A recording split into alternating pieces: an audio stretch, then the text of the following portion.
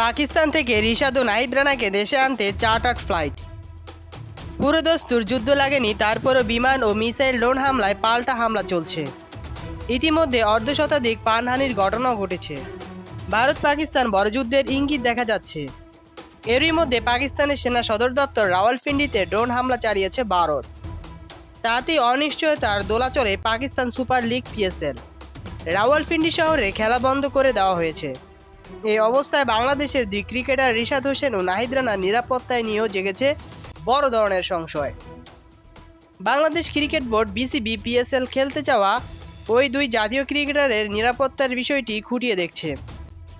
BCB থেকে পরপর দুদিন জানানো হয়েছে রিশাদ ও নাহিদ রানার নিরাপত্তার ব্যাপারে বোর্ড সর্বোচ্চ সতর্কতা অবলম্বন করছে। বিসিবির সভাপতি ফারুক আহমেদ ফোনে ওই দুই ক্রিকেটারের সঙ্গে কথা বলেছেন গতকাল বুধবার সকালেই। আজ বৃহস্পতিবার পরন্ত বিকেলে বিসিবি থেকে সংবাদ বিজ্ঞপ্তিতে জানানো হয়েছে পিসিবির সঙ্গে সার্বক্ষণিক যোগাযোগ রাখছে বোর্ড।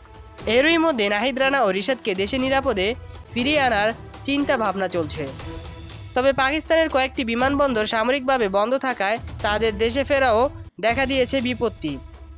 সেই অনিশ্চয়তার মুক্ত হতে শোনা যাচ্ছে বিসিবি চার্টার্ড ফ্লাইটের ব্যবস্থা করতে পারে। বিসিবির আপ্রাণ চেষ্টা করছে রিশাদ ও নাহিদ রানাকে চার্টার্ড ফ্লাইটে দেশে ফেরানোর। পিসিবির সঙ্গে সেভাবে কথাও চলছে।